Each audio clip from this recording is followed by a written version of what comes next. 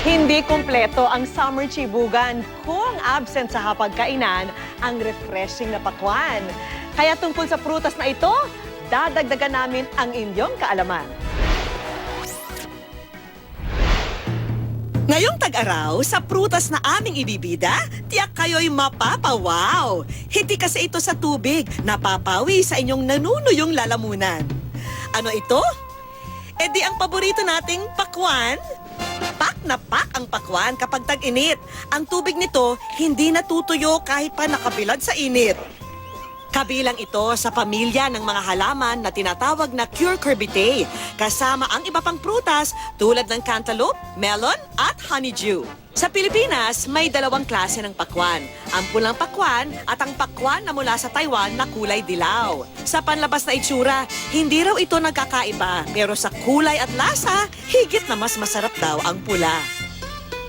Dinayo namin ang isang malaking taniman ng pakwan sa San Miguel, Bulacan. Dito, ipinakita sa amin kung paano itinatanim ang matatamis na pakwan. Dahil tuyo ang mga palayan, ang pakwan muna ang itinatanim para tuloy-tuloy ang hanap buhay ng mga magsasaka. Sa una, kailangan daw basain muna ang lupa ng tuloy-tuloy na daloy ng tubig. Sunod na bubungkalin ang lupa at itatanim ang binhi.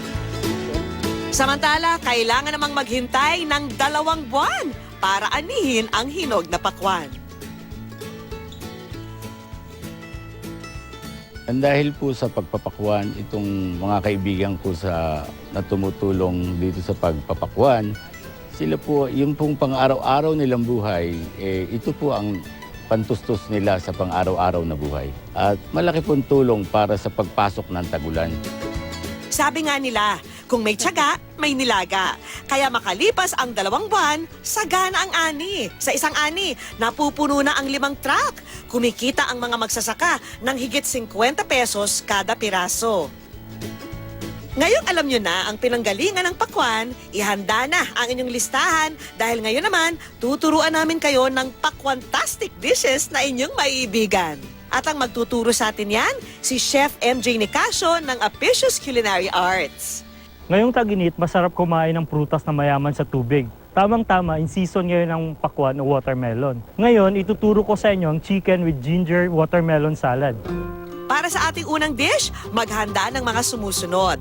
Chicken breast, lemon, asin, paminta, toyo, rice wine, chili sauce, olive oil, suka, ginger, bell pepper, at diced watermelon. Unang step na gagawin natin, imamarinate lang natin yung ating chicken breast. Yung kalahati ng lemon, ipibiga natin dito sa ating chicken. Matapos pigaan ng lemon, budbura ng asin at paminta ang manok. Isunod ang toyo, rice wine at konting chili sauce. Ito ang magsisilbing marinade ng ating chicken. Kapag na-absorb na ng manok ang marinade, ready na tayong mag-grill. Lutuin ang manok sa loob ng 5 minuto hanggang sa maging golden brown ito. Habang niluluto natin yung ating chicken, pwede na natin gawin yung ating ginger watermelon salad. So madali lang to, i-mix lang natin lahat together, tapos pwede natin i-chill siya bago natin i-serve with the chicken. Sa isang clear bowl, pigain ang kalahating lemon. Ibuhos ang olive oil at vinegar. Haluin ng konti at ilagay na ang diced watermelon. Hinay lang sa paghalo ha para hindi madurog ang pakwan. At para mabalanse ang tamis at asim, ilagay ang luya at bell pepper. Haluin lang hanggang sa mabalot ang pakwan ng ginawang dressing. Kapag luto na ang manok, ready na tayong mag-plating. Ihilera lang sa isang plato ang mga pakwan at ipatong ang grilled chicken. Ready na ang gingered watermelon salad na may enjoy sa halagang 180 pesos na kasya sa 3 tao. Healthy na, sulit pa. Pero para sa mas gustong magbawas ng timbang, ito ang pakwan dish for you. Para sa mga health conscious, I'm sure magugustuhan nyo ang dish na to. Gagawa tayo ng fish fillet with watermelon salsa.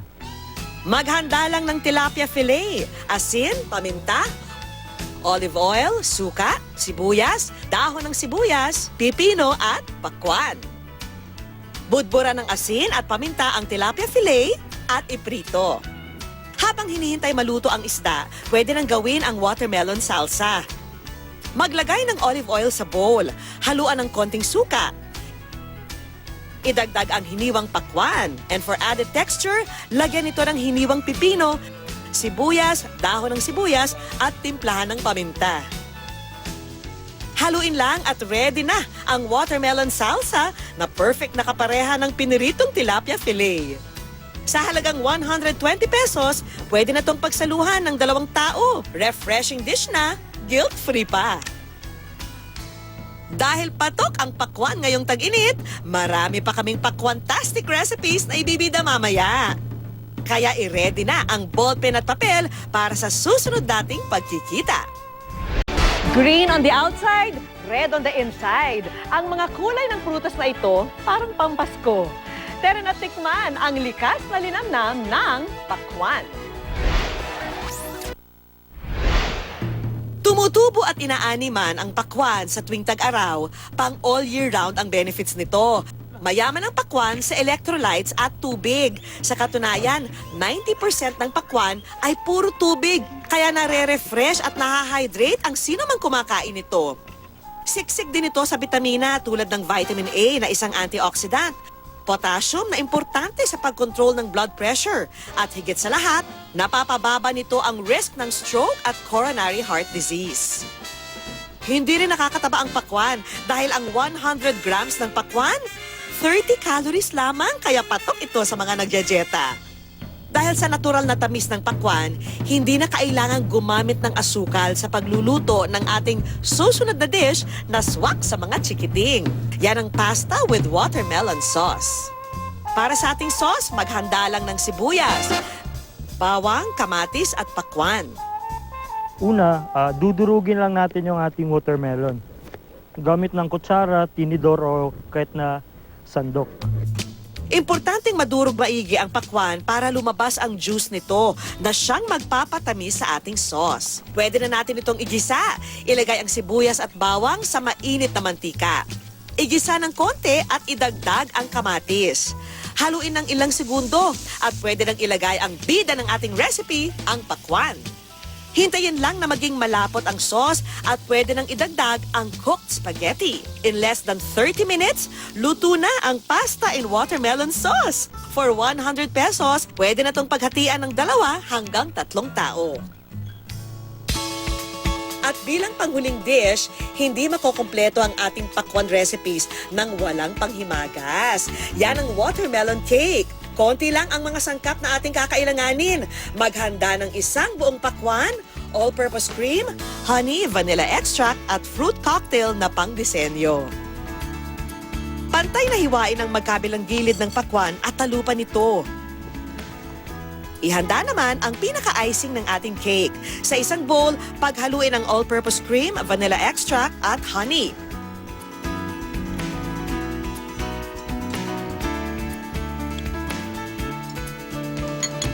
Pwede na itong i-glaze sa ating watermelon cake. Lagyan lang ang bawat gilid ng pakwan hanggang makover ito ng cream. Pagkatapos, ilabas ang inyong pagiging creative at gumawa ng disenyo gamit ang almonds at fruit cocktail. Eto na ang watermelon cake na ma-enjoy ng 8 hanggang 10 tao sa halagang 250 pesos. Healthy and yummy, di ba? Ang prutas na pampapawi ng uhaw, magagamit din pala sa pagluluto ng iba't ibang masasarap na ulam. Kaya ilabas ang natatagong sarap ng pakwan na winner na sa lasa, healthy pa.